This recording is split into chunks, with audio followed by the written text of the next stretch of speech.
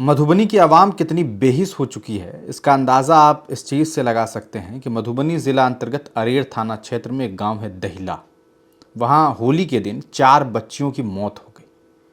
4 बच्चियां होली खेल रही थी। खेलते खेलते पता नहीं कब वो तालाब के पास चली गई और बच्चियां जो है एक एक करके डूब गई, जिसमें 2 बहनें थी, एक शादीशुदा लड़की थी और इनकी उम्र लगभग 18-19 से लेकर के 21-22 साल तक थी।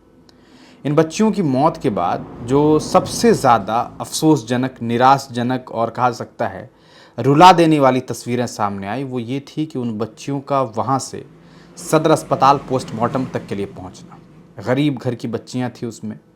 जब ये सदर अस्पताल पहुँचती है और उससे पहले जब बच्चियाँ डूब जाती है, इसके बारे में जब लोगों को सूचनाएं मिलती है तो प्रशासन की टीम अरेर थाना पहुँचती। वहाँ भारतीय जनता पार्टी के एमएलसी हैं, ग़ालिबन घनश्याम ठाकुर जी उनका नाम है, घनश्याम ठाकुर, वो वहाँ पहुँचते हैं, जैसा एक उनके प्रतिनिधि ने हमारे चैनल से बात करते हुए बताया था। ये सारी कहा सकता है प्रशासनिक टीम के लोग वहाँ पर पहुँचते हैं, सारी प्रशासनिक टीम पहुँचती है। यहाँ तक कि नेताजी के भी पहुँचने की बातें सामने आती है। बहुत अच्छी बात है। ऐसे वक्त में यही उम्मीद की जाती है, चाहे वो किसी दल का नेता हो, चाहे वो कोई भी पार्टी का नेता हो, चाहे वो विपक्ष का हो, पक्ष का हो, विधायक हो, मंत्री हो, संतरी हो, जो भी हो, लोगों की उम्मीद ये होती है कि उनका प्रतिनिधि उनके गम में शरीक ज़रूर होगा। और ऐसा हुआ। नेता पहुँचे, प्रशासन की टीम पहुँची, लेकिन क्या उन्हें मदद मिली? आप सोचिए, 4 बच्चियों की मौत हो गई और होली के दिन उनकी डेड बॉडी सदर अस्पताल, सोच लीजिए कितनी दूरी पर है दहिला गांव से। और आपको बता दें, ये बच्चियां ट्रैक्टर पर लोड करके लाई गई। और जब तस्वीरें आप देखेंगे, मैं उसे साझा नहीं कर सकता, मतलब उन बच्चियों के जिस्म के हिस्से दिख रहे हैं, किसी के तन को सही तरीके से ढका तक नहीं गया था और ट्रैक्टर पर लोड करके न कोई कपड़ा बिछाया गया, न किसी तरह से कोई एक मतलब एम्बुलेंस तक मुहैया नहीं करा सके ये नेता लोग, ये प्रशासन के लोग। कितनी शर्मनाक बात है ये।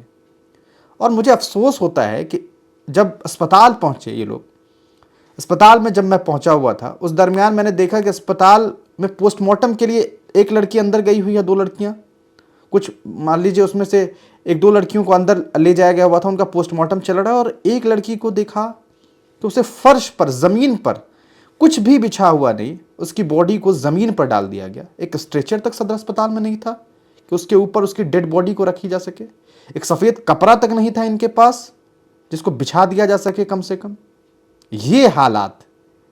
और अफसोस की बात यह है कि इतने प्रतिनिधि हैं होली पर चिल्लाने वाले, जुमा पर चिल्लाने वाले, लेकिन किसी के मुंह से एक ज़रा सा भी ये बात निकल जाती कि ये क्या तरीक़ा था, ये क्या हुआ, ये कैसे हो गया। एक बच्ची को आखिरी वक्त में सही तरीके से एक साफ कपड़ा तक नहीं मुहैया कराया जा सका इन प्रशासन से जुड़े हुए लोगों।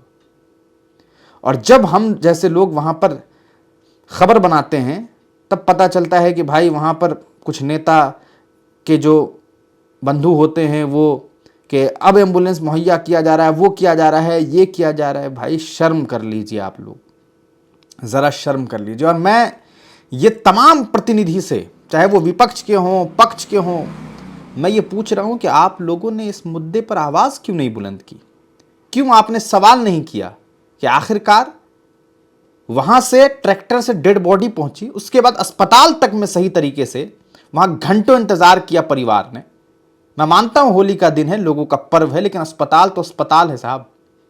अस्पताल का ये काम है। और कौन नहीं जानता है कि होली जैसे दिन तो आप जानते हैं कि बहुत ज़्यादा एक्सीडेंटल केस होता है। लोग इधर से उधर, शराबबंदी के बावजूद लोग शराब पी करके घूमते हैं। बाइक की आवाज़ अगर आपने देखी हो, मैं किसी धर्म मजहब के लोगों को इसमें टारगेट नहीं कर रहा हूँ, मैं साफ तौर पर ये कह रहा हूँ कि ये जिस तरह की हरकतें होती है तो एक्सीडेंटल रेट बढ़ता है।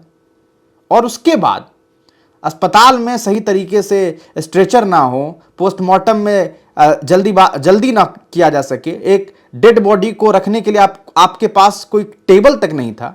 अरे नहीं स्ट्रेचर था, कोई एक स्टूल का ही इंतज़ाम कर लेते, एक बेंच डेस्क का ही इंतज़ाम कर लेते। ज़मीन पर डेड बॉडी छोड़ दिया। ये क्या, मतलब इससे ज़्यादा निंदनीय क्या हो सकता है?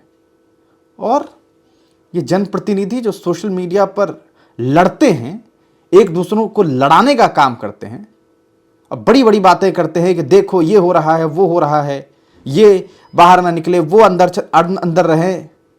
कहाँ हैं ये प्रतिनिधि? कहाँ हैं इनके नेता? क्यों नहीं बोल रहे हैं? क्यों चुप हैं?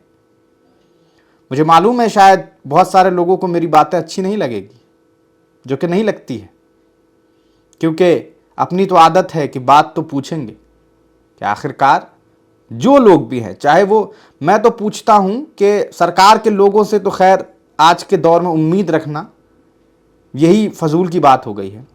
जो विपक्ष के ही नेता हैं उन लोगों ने ही इस पर कहां आवाज बुलंद कर दी सही तरीके से कि कम से कम एक बार गुहार तो लगाते, एक बार दिखाते तो सिस्टम को पता तो चले कि भाई आपका सिस्टम कितना कमजोर हो चुका है इलाके में, क्षेत्र में। दावे तो बहुत हैं, बड़े बड़े दावे, ये विकास, वो विकास, ये इंतजाम, वो इंतजाम, लेकिन हालात ये है कि ट्रैक्टर पर लोड करके डेड बॉडी लाई गई है भाई साहब, ट्रैक्टर पर। धिक्कार है उन सामाजिक कार्यकर्ताओं को, उन नेताओं को, उन लोगों को जो सोशल मीडिया पर सुबह से शाम तक बड़ी बड़ी बातें करते हैं, बड़े बड़े लेक्चर देते हैं, लेकिन हकीकत में ये किसी लायक नहीं है, किसी भी लायक नहीं है। अपनी रोजी रोटी के लिए ये लोग जो है लोगों को लड़ा रहे हैं, लोगों को उलझा रहे हैं। दरअसल ये लोग जो है वो इंसानी शक्ल में वो लोग हैं जो इंसान को मरता हुआ देखना चाहते हैं और आखिरी वक्त में एक एम्बुलेंस तक मुहैया नहीं करवा सकते। शर्म आनी चाहिए ऐसे लोगों को। ऐसा नहीं था कि अस्पताल से एम्बुलेंस खत्म हो गया होगा या इलाके में एम्बुलेंस, अरे एम्बुलेंस नहीं अगर मुहैया हो पा रहा था, गांव समाज से गांव में कितनी गाड़ियां रही होंगी, न जाने कितने बोलेरो, स्कॉर्पियो और अलग अलग लेवल के। नेताजी चाहे तो अपने फॉर्च्यूनर से डेड बॉडी पहुंचवा दें, लेकिन खैर क्या ही कहा जाए। आप लोग इस पर क्या कहेंगे ज़रा कमेंट सेक्शन में ज़रूर पूछ लीजिएगा अपने अपने नेताओं से कि भाई कहाँ थे आप। बहुत बहुत शुक्रिया।